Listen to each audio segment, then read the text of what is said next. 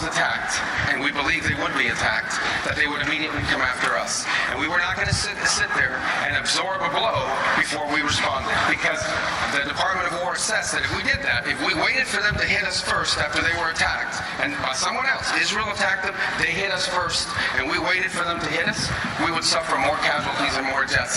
We went proactively in a defensive way. US state secretary Marco Rubio പറഞ്ഞ കാര്യമാണ് നമ്മൾ ഈ കേട്ടത്.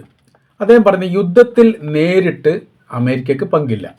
പിന്നെ എന്തിനാണ് യുദ്ധം ചെയ്തത് എന്ന ചോദ്യത്തിന് അദ്ദേഹം ഉത്തരം പറയുന്നത് ഇങ്ങനെയാണ്: ഇസ്രായേൽ ഇറാനെ ആക്രമിക്കുമെന്ന് ഞങ്ങൾ മനസ്സിലാക്കുന്നു, ഇറാൻ അതിന് തിരിച്ചടിക്കുമെന്നും ഞങ്ങൾ മനസ്സിലാക്കുന്നു. എന്നാൽ ഇറാൻ തിരിച്ചടിക്കുക ഇസ്രായേലിനെ മാത്രമല്ല അമേരിക്കയും തിരിച്ചടിക്കും എന്ന് മനസ്സിലാക്കിയതിൻ്റെ അടിസ്ഥാനത്തിലാണ് ഞങ്ങൾ ഈ യുദ്ധത്തിൽ പങ്കാളിയായത്. ഒരു ബന്ധവുമില്ലാത്ത രീതിയിൽ, ഒരു യോജിപ്പുമില്ലാത്ത രീതിയിൽ ഒരു മഹായുദ്ധത്തെ അഭിസംബോധന ചെയ്ത് അല്ലെങ്കിൽ അതിനെക്കുറിച്ചുള്ള വിവരണം കൊടുക്കുകയാണ് അമേരിക്കയുടെ സ്റ്റേറ്റ് സെക്രട്ടറി. മാർക്കോ റൂബിയോ എന്ന് പറഞ്ഞാൽ ഈ അമേരിക്കയുടെ പ്രസിഡന്റ് കഴിഞ്ഞ തൊട്ടടുത്ത സ്ഥാനത്തിരിക്കുന്ന പ്രസിഡൻഷ്യലുമായിട്ട് ബന്ധപ്പെട്ട എല്ലാ കാര്യങ്ങളും ചെയ്യേണ്ട ഏറ്റവും അധികാരമുള്ള വ്യക്തിയാണ്. ഒരു യുദ്ധത്തെക്കുറിച്ചുള്ള വിശദീകരണമാണ്. അടിമുടി ഒരു ദുരൂഹത നിറഞ്ഞ യുദ്ധമാണ് എന്ന് നമുക്ക് തീർച്ചയായിട്ടും പറയാൻ പറ്റും. ഒരു രാഷ്ട്രീയക്കാരുടെ അല്ലെ രാഷ്ട്രീയ നിരീക്ഷണം നടത്തുന്നവരുടെ വിവരണത്തിനും അതീതമാണ് യഥാർത്ഥത്തിൽ ഇപ്പോൾ പോയിക്കൊണ്ടിരിക്കുന്ന യുദ്ധം. ഇപ്പോൾ കഴിഞ്ഞ ദിവസം അരാംകോ ആക്രമിച്ചു വെച്ചാൽ 2 മിസൈൽ വന്നു, ആകാശത്ത് വെച്ച് പൊട്ടിച്ചു, അതിൻ്റെ കഷ്ണങ്ങൾ ചെതറിയിട്ട് ഇതിൻ്റെ പ്ലാന്റിൻ്റെ ഉള്ളിൽ വീണു, തീപിടുത്തമുണ്ടായി, തീപിടുത്തം കെടുത്തുകയും ചെയ്തു. ഇറാൻ പറഞ്ഞു ഞങ്ങളത് ആക്രമിച്ചിട്ടില്ല എന്നുള്ളത്. അപ്പോൾ പിന്നെ ആരെ ആക്രമിച്ചത്? അപ്പോൾ അവിടെ വിഷയം വന്നു. മൊസാദ് എന്ന് പറയുന്ന ഒരു വിഭാഗം ഇവിടെ ഉണ്ട്. ആ വിഭാഗം നമ്മളൊക്കെ കാണുകയും കേൾക്കുകയും മനസ്സിലാക്കുകയും ചെയ്യുന്നതിനൊക്കെ ഒരുപാട് അപ്പുറമാണ്. ആ തരത്തിൽ കാര്യങ്ങൾ അവസരത്തിനും സാഹചര്യത്തിനും അനുസരിച്ച് ഒരു യുദ്ധമുഖത്ത് പ്രവർത്തിക്കാൻ വേണ്ടി വലിയ രീതിയിൽ കഴിവുള്ള വിഭാഗമാണ്. കാര്യം അവർക്ക് മുന്നോട്ടും വയ്യോട്ടും ദയയും നീതിയും കാര്യങ്ങളും കരുണയും നോക്കേണ്ട കാര്യമല്ല. അവർ ചതിയും വഞ്ചനയും ആ രീതിയിലൊക്കെ ഏത് തരത്തിലും ഇതിനെ കൈകാര്യം ചെയ്യാൻ വേണ്ടിയിട്ട് അവർക്ക് പറ്റും. അവർക്ക് ലക്ഷ്യമാണ് പ്രധാനം, മാർഗമല്ല. അപ്പോൾ ഈ യുദ്ധത്തോടനുബന്ധിച്ച് ഇത് കലക്കിയിട്ട് മുസ്ലിം രാജ്യങ്ങൾക്കിടയിൽ വലിയ രീതിയിൽ അപകർഷാബോധം ഉണ്ടാക്കുകയും പരസ്പരം ശത്രുതയാക്കുകയും ചെയ്യുക എന്നുള്ളത് മൊസാദിൻ്റെ ലക്ഷ്യമാണ്, ഇസ്രായേലിൻ്റെ ലക്ഷ്യമാണ്. അത് വിജയിക്കുന്ന സമയത്താണ് അവർക്ക് ശാന്തത ഉണ്ടാവുക എന്നവർ മനസ്സിലാക്കുന്നു. അപ്പോൾ ഈ അടുത്ത് തന്നെ ഇറാനും സൗദി അറേബ്യയും തമ്മിൽ ഒരുപാട് പതിറ്റാണ്ടുകളോളം, ഒരു 15 വർഷത്തോളം വലിയ രീതിയിലുള്ള ഏറ്റുമുട്ടലുകൾ നടന്നിട്ടുണ്ട്. ഹൂത്തി വിമതരുമായി യമനുമായി ബന്ധപ്പെട്ട വിഷയത്തിൽ സംരക്ഷണം ആവശ്യപ്പെട്ടുകൊണ്ട് യമൻ സർക്കാർ സൗദിയെ സമീപിക്കുകയും സൗദിയും UAEയും അവരെ സഹായിക്കാൻ വേണ്ടിയിട്ട് അങ്ങോട്ട് പ്രവേശിക്കുകയും ചെയ്തു. ആഭ്യന്തര കലാപങ്ങളും പ്രശ്നങ്ങളും നടക്കുന്ന സമയത്താണ്. അതിന് അവിടുത്തെ ഔദ്യോഗിക ഗവൺമെൻറ്റിനെതിരെ ആരായിരുന്നു ഉണ്ടായിരുന്നത്? ഹൂത്തി എന്ന് പറയുന്ന ഷിയ മിലിഷ്യ വിഭാഗം ഇറാൻ്റെ പിന്തുണയുള്ളവരാണ്. അവരും ഇങ്ങോട്ടും അങ്ങോട്ടും തമ്മിൽ വലിയ ഏറ്റുമുട്ടലുകൾ നടന്നു, വലിയ മരണങ്ങൾ നടന്നു, വലിയ സാമ്പത്തിക നഷ്ടമുണ്ടായി.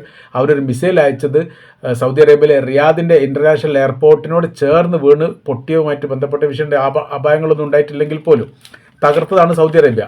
അപ്പോൾ ആ ഒരു ശത്രുത കാര്യങ്ങളൊക്കെ ഉണ്ടായിട്ട് വലിയ രീതിയിലുള്ള എതിർപ്പുണ്ടായിരുന്ന ആ വിഭാഗത്തെ, ഈ 2 രാജ്യത്തെ ഈ 2023 ഒക്ടോബർ 7 ഹമാസ് ആക്രമണത്തിന് ശേഷം പിന്നീട് ഒരു യോജിപ്പിൻ്റെ മേഖല എത്തണം എന്ന് കരുതിയതിൻ്റെ അടിസ്ഥാനത്തിൽ ചൈനയാണ് കൂട്ടിയോജിപ്പിച്ചത്. പിന്നെ അവർ തമ്മിൽ വലിയ സൗഹൃദ ബന്ധം ഉണ്ടായി. അന്നത്തെ ഇറാൻ്റെ പ്രസിഡന്റായിരുന്ന ഇബ്രാഹിം റൈസി 3 തവണ സൗദി അറേബ്യ സന്ദർശിച്ച് ഉച്ചകോടിയുമായിട്ട് ബന്ധപ്പെട്ട്. ഈ സൗദി അറേബ്യയുടെ പ്രതിരോധ മന്ത്രി ഇറാൻ സന്ദർശിച്ചു. അവിടുത്തെ ആത്മീയ നേതാവായിരുന്ന ആയത്തുള്ള അലി ഖംനായിയുമായിട്ട് സംസാരിച്ചു. ഇതെല്ലാം ഉണ്ടാകുന്നത് ഇതെല്ലാം ഒരു 10-15 വർഷത്തിനിടയിൽ ശേഷമുണ്ടായ ആദ്യത്തെ സംഭവമാണ്. വലിയ യോജിപ്പായി. ഇവിടെ ഒരു തിയറി ഉണ്ട്. സമ്പത്തും അധികാരവും ഒരേ വിഭാഗത്തിൻ്റെ കയ്യിൽ ഉണ്ടായിട്ടുണ്ടെങ്കിൽ അത് വലിയ രീതിയിൽ അപകടം ലോകത്ത് ഉണ്ടാക്കിയിട്ടുണ്ട്. അങ്ങനെ വരുന്ന സമയത്ത് ഇത് സമ്പത്തും അധികാരവും സൈനിക ശക്തിയും ചേരുന്ന സമയത്ത് അതിൻ്റേതായിരിക്കുന്ന പ്രയാസം ഭാവിയിൽ അമേരിക്കക്കും ഇസ്രായേലിനും ഉണ്ടാകും എന്ന കാര്യത്തിൽ സംശയമില്ല. സമ്പത്ത് അറേബ്യൻ രാജ്യങ്ങളുടെ കയ്യിലുണ്ട്, അധികാരവും ശക്തിയും ഇറാൻ്റെ കൈവശത്തിലുണ്ട്. അവർ 2 ആശയങ്ങളായിട്ട് നിൽക്കേണ്ടവരാണ്, ഒന്നിക്കേണ്ടവരല്ല എന്ന് ചിന്തിക്കുന്നവരാണ് ഇസ്രായേൽ. മതപരമായ രീതിയിൽ ഷിയാക്കളും സുന്നികളും തമ്മിൽ ഒരു പ്രധാനമായിരിക്കുന്ന ഒരു അഭിപ്രായ വ്യത്യാസമില്ല. അടിസ്ഥാനപരമായിരിക്കുന്ന കാര്യത്തിൽ ഒരു അഭിപ്രായ വ്യത്യാസമില്ല. പ്രവാചകരുടെ കാര്യത്തിലോ സിർട്ടാവിൻ്റെ കാര്യത്തിലോ വിശുദ്ധ വേദഗ്രന്ഥത്തിൻ്റെ കാര്യത്തിലോ അഭിപ്രായ വ്യത്യാസമില്ല, ഒന്ന് തന്നെയാണ്. പിന്നെ അതിന് താഴെ വരുന്ന നിയമവ്യവസ്ഥയായിട്ട് ബന്ധപ്പെട്ട കാര്യത്തിൽ അഭിപ്രായ വ്യത്യാസം, അത് ഇസ്ലാമിനെ സംബന്ധിച്ചിടത്തോളം അടിസ്ഥാന പ്രമാണമല്ല. അടിസ്ഥാന കാര്യങ്ങൾ ഈ മൂന്നെണ്ണമാണ്. ആ മൂന്നെണ്ണത്തിൽ അഭിപ്രായ വ്യത്യാസമില്ല. അപ്പോൾ അങ്ങനെ ആ സമയത്ത് ഇവരെ വിഭജിക്കുന്നത് അതിൻ്റെ താഴെയുള്ള പല ഘടകങ്ങളും പല കാരണങ്ങളൊക്കെ ആയിട്ട് വിഭജിച്ച് കിട്ടണമെന്നുള്ള ആരുടെയാണ് താല്പര്യം?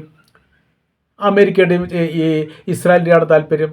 ഇന്ത്യയിൽ ഷിയാക്കളുണ്ടല്ലോ, ഇന്ത്യയിൽ ഷിയാക്കളും സുന്നികളും തമ്മിൽ ഏറ്റുമുട്ടൽ സംഭവങ്ങൾ ഉണ്ടാകാറുണ്ടോ? എവിടെയില്ല. ബോംബെയിൽ ഇഷ്ടം പോലെ ഉണ്ട്, കാശ്മീരിലുണ്ട്, ഹൈദരാബാദിലുണ്ട്, കൊച്ചി കേന്ദ്രീകരിച്ചുകൊണ്ട് കുറവാണെങ്കിൽ പോലും ഡൽഹിയിലുണ്ട്, ഇവിടെയൊക്കെ ഉണ്ട്. അവർക്കൊന്നും അഭിപ്രായ വ്യത്യാസം എന്താ? ആശയപരമായ പ്രശ്നങ്ങളില്ല. പാകിസ്ഥാൻ ഉണ്ടാകാനുള്ള കാരണം എന്ന് വെച്ചാൽ തീവ്രമായി ചിന്തിക്കുന്നവരും വിദ്യാഭ്യാസം കുറഞ്ഞവരാണ് പാകിസ്ഥാൻ. അത് മതത്തിന് ഉത്തരവാദിയല്ല. ആ കാരണത്താലാണ് ഉണ്ടാകുന്നത്. ഈ പ്രാവശ്യം ഉണ്ടായല്ലോ, ഇപ്പോൾ അമേരിക്കയുടെ എംബസി അടിച്ചു തകർക്കുന്നു. അത് ഷിയാ വിഭാഗം തന്നെയാണ് അവിടെ പ്രവൃത്തി ചെയ്യുന്നത്. ഇവർ അങ്ങോട്ടും ഇങ്ങോട്ടൊക്കെ പല ഏറ്റുമുട്ടലും ഉണ്ടാകുന്നുണ്ട്. ഈ സൗദി അറേബ്യയിൽ ഷിയാക്കൾ സുന്നികളുണ്ടല്ലോ, പ്രശ്നമില്ലല്ലോ. ബഹ്റൈനിലുണ്ടല്ലോ, പ്രശ്നമില്ലല്ലോ. അപ്പോൾ ആശയത്തിന് വ്യത്യാസങ്ങളൊന്നുമില്ല. തീവ്രമായി ചിന്തിക്കുന്നവർക്കിടയിലാണ് പ്രശ്നം. അപ്പോൾ നമ്മൾ പറഞ്ഞു വരുന്ന കാര്യം, ഇവിടെ ഇപ്പോൾ അരാംകോ ആക്രമിക്കപ്പെട്ടത് ഇറാൻ അല്ലെങ്കിൽ പിന്നെ അത് മൊസാദാണ്. അപ്പോൾ ഇതിൻ്റെ ഇടയിൽ കലക്കവെള്ളത്തിൽ മീൻ പിടിക്കുന്ന ഒരു പരിപാടിയുണ്ട്. ഇറാൻ അവർ കൃത്യമായി പറയുന്നുണ്ട്, അറേബ്യൻ രാജ്യങ്ങളിലുള്ള അമേരിക്കയുടെ ബേസ് കേന്ദ്രീകരിച്ചു കൊണ്ടാണ് തങ്ങൾ ആക്രമണം നടത്തുന്നത്. പിന്നീട് അവിടെ ഇതിനെ പ്രതിരോധിക്കുന്ന സമയത്ത്, മിസൈൽ പ്രതിരോധിക്കുന്ന സമയത്ത് പൊട്ടിച്ചെതറി അതിൻ്റെ കഷ്ണങ്ങൾ ചീളുകൾ തെറിച്ചുകൊണ്ടാണ് മരിക്കുന്നത്. ഇപ്പോൾ മൊത്തത്തിൽ നോക്കുന്ന സമയത്ത് 6 പേരാണ് ഈ അറേബ്യൻ രാജ്യങ്ങൾ മൊത്തം ഈ വിഷയമായിട്ട് ബന്ധപ്പെട്ട് മരിച്ചത് തന്നെ. ജനനിബിഡമായിരിക്കുന്ന ജനകീയപരമായിരിക്കുന്ന ഒരു മേഖലയിൽ ആക്രമിക്കുകയാണെങ്കിൽ ഒരു സമയത്ത് ഭയങ്കരമായിരിക്കുന്ന ആളുകൾ മരിക്കും. അപ്പോൾ ഈ മരണസംഖ്യ കുറയാനുള്ള പ്രധാനമായിരിക്കുന്ന കാരണം ഇവർ ഈ പറയുന്നത് ന്യായമാണെന്ന് തീർച്ചയായിട്ടും നമുക്ക് ആലോചിച്ചാൽ മനസ്സിലാകുന്നതാണ്. അപ്പോൾ പിന്നീട് ഈ ആക്രമണം എന്ന് പറഞ്ഞാൽ പല തരത്തിലുള്ള ആക്രമണം. സ്റ്റാർ ഹോട്ടൽ ആക്രമിക്കപ്പെട്ടിട്ടുണ്ട്, അതേപോലെ തന്നെ ഈ പറഞ്ഞ റിഫൈനറി ആക്രമിച്ചിട്ടുണ്ട്. ഇതിൻ്റെ പിന്നിലൊക്കെ മൊസാദ് വളരെ കൃത്യമായ രീതിയിൽ പങ്കുവയ്ക്കുമെന്ന കാര്യത്തിൽ സംശയമില്ല. അതിൻ്റെ ഒരു ഉദാഹരണം നമ്മൾ പറയുന്ന സമയത്ത്, ഈ വളരെ ശക്തരായിരിക്കുന്ന ഒരു ഭരണ സംവിധാനം, അതായത് അമേരിക്കക്കും ഇസ്രായേലിനും ബ്രിട്ടനും അടക്കം പിന്തുണ നൽകുന്ന യൂറോപ്യൻ പരിഷ്കാരമുള്ള ഒരു ഭരണ സംവിധാനമായിരുന്നു 1979 മുൻപ് ഇറാനിലുണ്ടായിരുന്നത്. അപ്പോൾ ആ ഭരണ സംവിധാനത്തിൽ ഇവർ വല്ല സംതൃപ്തരുമായിരുന്നു. ആര്? അമേരിക്കയൊക്കെ. ഇസ്രായേലിനെ ആ സമയത്ത് ഇറാൻ അംഗീകരിച്ചിട്ടുണ്ട്. അന്നത്തെ ഭരണകൂടം പഹ്ലവി രാജവംശമായിരുന്നു. ഈ പഹ്ലവി വംശത്തെ തന്നെ അമേരിക്ക സൃഷ്ടിച്ചതാണ്. അതിനു മുമ്പ് മറ്റൊരു ഭരണ സംവിധാനം അവിടെ ഉണ്ടായിരുന്നത്, ഏകദേശം കമ്മ്യൂണിസ്റ്റ് ആശയത്തോടൊക്കെ യോജിപ്പുള്ളേ. ആ ഭരണത്തെ അട്ടിമറിച്ചുകൊണ്ട് ഈ പഹ്ലവി സംവിധാനത്തെ സൃഷ്ടിക്കുന്നത് ആരാണ്? ഈ അമേരിക്ക അടക്കമുള്ള സംഘമാണ്. അപ്പോൾ അതുകൊണ്ട് അവർക്ക് വലിയ രീതിയിൽ തൃപ്തിയായിരുന്നു. അവരുടെ ആശയത്തിനനുസരിച്ചും നിലപാടിനനുസരിച്ചും പടിഞ്ഞാറൻ സംസ്കാരം അവിടെ കൊണ്ടുവരാനുള്ള വലിയ ശ്രമം നടത്തപ്പെടുക പോലും ചെയ്തിട്ടുണ്ട്. അന്നത്തെ കാലത്ത് 79 ഇസ്ലാമിക വിപ്ലവം ഉണ്ടാകുന്നു. 79 ഇസ്ലാമിക വിപ്ലവം ഇപ്പോഴത്തെ ഭരണാധികാരി, ഇപ്പോൾ കൊല്ലപ്പെട്ട ഭരണാധികാരിയുടെ ചെറിയ കാലത്താണ് അദ്ദേഹം അതിൽ പങ്കാളിത്തം വഹിച്ചതായിരിക്കുന്ന രേഖകൾ കാണാൻ വേണ്ടി പറ്റുന്നു. അയാത്തുള്ള അലി ഖൊമേനിയുടെ ഭരണകാലത്ത്, ഖൊമേനിയാണ് വിപ്ലവം ഉണ്ടാക്കുന്നത്, കംനായി ആ ഭരണകാലത്ത് ഉണ്ടായിരുന്നു എന്ന് പറയപ്പെടുന്നു. അപ്പോൾ 979 ഭരണം അട്ടിമറിഞ്ഞു. പഹ്ലവി രാജവംശം രാജ്യം വിട്ടുപോയി. പിന്നീട് അവിടെ ഇസ്ലാമിക വിപ്ലവം വന്നു, ഭരണ സംവിധാനം വന്നു. 979 ഇസ്ലാമിക വിപ്ലവം നടക്കുന്നു. 980 യുദ്ധം തുടങ്ങുന്നു. നമ്മൾ മനസ്സിലാക്കണോ, 980 യുദ്ധം, ഇറാഖും ഇറാനും തമ്മിലുള്ള യുദ്ധം തുടങ്ങുന്നത് 980 ഭരണം ഉണ്ടാകുന്നപ്പോൾ 979. ഈ ഒരു വർഷക്കാലത്തിനിടയിൽ ഒരു ഭരണ സംവിധാനത്തെ ക്രോഡീകരിച്ചുകൊണ്ട് അതൊരു സർക്കാരാക്കിയിട്ട് സൃഷ്ടിക്കാൻ പോലും അല്ലെങ്കിൽ രൂപകൽപ്പന ചെയ്യാൻ പോലും സാധിക്കാത്ത ആ സമയത്താണ് യുദ്ധം പൊട്ടിപ്പുറപ്പെടുന്നത്. എന്തിനാ യുദ്ധം? ഒരു കാരണവുമില്ല. ഇപ്പോഴത്തെ യുദ്ധത്തെക്കുറിച്ച് കാരണമുണ്ടോ? ഇല്ല. അതിർത്തിയുമായിട്ട് ബന്ധപ്പെട്ട് ഇറാൻ എടുക്കുന്ന നിലപാട് ശരിയല്ല എന്നാണ് അന്നത്തെ ഭരണാധികാരി പറഞ്ഞത്, ഇറാഖിലെ സദ്ദാം ഹുസൈൻ. സത്യത്തിൽ അവിടെ യുദ്ധം നടന്ന ആരാണ്? അമേരിക്കയും സദ്ദാം ഹുസൈനും സംയുക്തമായ രീതിയിൽ നടത്തിയ യുദ്ധമാണ്. അന്ന് അമേരിക്കയോടൊപ്പമാണ് ഇറാഖ് ഉണ്ടായിരുന്നത്. അപ്പോൾ അവിടെ യുദ്ധം നടത്തൽ ആവശ്യമാണ്. കാര്യം എന്ന് വെച്ചാൽ ഇവിടെ ബലശക്തി ഉണ്ടാകുന്ന സമയത്ത്, ബലമുണ്ടാകുന്ന സമയത്ത് ബലക്ഷയത്തിൻ്റെ ഇടയിലൂടെ അധികാരം പിടിച്ചെടുക്കുക എന്ന് വെച്ചാൽ ആ ഭരണം അട്ടിമറിച്ചുകൊണ്ട് ജനാധിപത്യ സംവിധാനം വരാൻ വേണ്ടിയിട്ട് വലിയ ശ്രമം നടത്തുന്നതിൻ്റെ ഭാഗമായിട്ടാണ് സദ്ദാം ഹുസൈൻ്റെ പിന്നിൽ നിന്നുകൊണ്ട് അമേരിക്ക ചരട് വലിച്ചത്. യഥാർത്ഥത്തിൽ ഈ അമേരിക്ക എന്താണെന്ന് മനസ്സിലാക്കാൻ വേണ്ടി സദ്ദാം ഹുസൈൻ സാധിക്കാത്തത് കൊണ്ടാണ് സദ്ദാം ഹുസൈൻ ഭരണം പോയി, സമ്പത്ത് പോയി, അധികാരം പോയി, അപമാനമായി, രാജ്യം തന്നെ അട്ടിമറിയാനുള്ള പ്രധാനമായ കാരണം എന്താണ് അമേരിക്ക എന്ന് മനസ്സിലാക്കുന്നതിന് സദ്ദാം ഹുസൈൻ പരാജയപ്പെട്ടു. അപ്പോൾ നമ്മുടെ ആ വിഷയം അതല്ലാത്തത് കൊണ്ട് അത് പറയുന്നില്ല. ഇപ്പോഴത്തെ സ്ഥിതി എന്ന് പറയുന്നത് 8 വർഷം യുദ്ധം ചെയ്തു. ഏകദേശം 1 വർഷത്തോടു കൂടി തന്നെ ഭരണം അട്ടിമറിയും എന്ന് കരുതി. അട്ടിമറിഞ്ഞില്ല. അവിടെ ആയത്തുള്ള അലി കൊമേനി പിടിച്ചു നിന്നു. അതിൻ്റെ എല്ലാ സംവിധാനങ്ങളും പരിശോധിച്ചു. 8 കൊല്ലം യുദ്ധം ചെയ്തിട്ടും സൈനികമായിരിക്കുന്ന ബലവും ശക്തിയുമുള്ള അധികാരമുള്ള അന്നത്തെ ഈ മേഖലയിൽ ഏറ്റവും വലിയ ശക്തിയായിരുന്നു ഇറാഖ്. ഇറാനെ സംബന്ധിച്ചിടത്തോളം ശക്തിയല്ല. കാര്യം എന്ന് പറഞ്ഞാൽ 79-ലാണ് ഭരണം പിടിച്ചെടുക്കുന്നത്, 80-ലാണ് യുദ്ധം പുറപ്പെടുന്നത്. ഒരു 5-6 മാസത്തെ ഗ്യാപ്പിനിടയിൽ ഒരു രാജ്യമായിട്ടും സൈനിക സംവിധാനമായിട്ട് രൂപീകരിക്കാൻ വലിയ പ്രയാസമാണ്.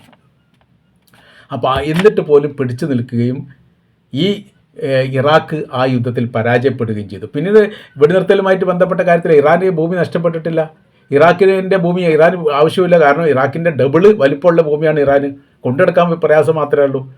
10 ലക്ഷം ആളുകൾ കൊല്ലപ്പെട്ടൊരു യുദ്ധമായിരുന്നു അത്. അതാരാ നടത്തിയത്? അമേരിക്കയാണ്. എന്താ അമേരിക്കയുടെ ഉദ്ദേശം? അവിടെ ഇസ്ലാമിക വിപ്ലവം ഉണ്ടായാൽ ഭാവിയിൽ വലിയ പ്രയാസം അവർക്കുണ്ടാവും. അവരുടെ ഇംഗിതത്തിനനുസരിച്ചോ അവരുടെ സംവിധാനത്തിനനുസരിച്ചോ നീങ്ങാൻ വേണ്ടി പറ്റില്ല. അതുകൊണ്ട് 2 ശക്തിയുള്ള രാജ്യങ്ങളെ പരസ്പരം അങ്ങോട്ടും ഇങ്ങോട്ടും കൂട്ടിമുട്ടിക്കുന്നതുകൊണ്ട് എന്താ ഗുണം? അവർ പിന്നീട് ഒരിക്കലും അമേരിക്കക്കെതിരെ സംഘടിക്കില്ല എന്ന് മാത്രമല്ല, സാമ്പത്തികപരമായി അവർക്ക് ഉയർച്ച ഉണ്ടാവുകയില്ല. സൗദി അറേബ്യ കഴിഞ്ഞാൽ ഏറ്റവും കൂടുതൽ പെട്രോളിലെ രാജ്യമെന്ന് പറയുന്നത് ഇറാഖാണ്. ഇറാഖ് സമ്പന്ന രാജ്യമല്ല, സൗദി അറേബ്യ സമ്പന്ന രാജ്യമാണ്. അപ്പോൾ ഇവിടെ ഇറാനെ സംബന്ധിച്ചിടത്തോളം ഏറ്റവും വലിയ സൈനികപരമായിരിക്കുന്ന ശക്തിയുള്ള രാജ്യമാണ്. പെട്രോളിയം ഉണ്ട്. പക്ഷേ ആ പെട്രോളിയം വേണ്ടി വിൽപ്പന നടത്താൻ വേണ്ടി പറ്റുന്നുണ്ടോ? ഇല്ല. അവർ തമ്മിൽ അങ്ങോട്ടും ഇങ്ങോട്ടും കൂട്ടി യോജിപ്പിച്ചുകൊണ്ട് പരസ്പരം യോജിക്കാത്ത സംവിധാനങ്ങൾ ഒരുക്കുക എന്നുള്ളത് എല്ലാ കാലത്തും അമേരിക്ക ചെയ്യുന്നതാണ്. ഇസ്രായേലും ഇപ്പോഴത്തെ സ്ഥിതി നോക്കുന്ന സമയത്ത് അറബ് രാജ്യങ്ങളെയും ഇറാനെയും ഏറെക്കുറെ അകത്തിയിരിക്കുന്നു.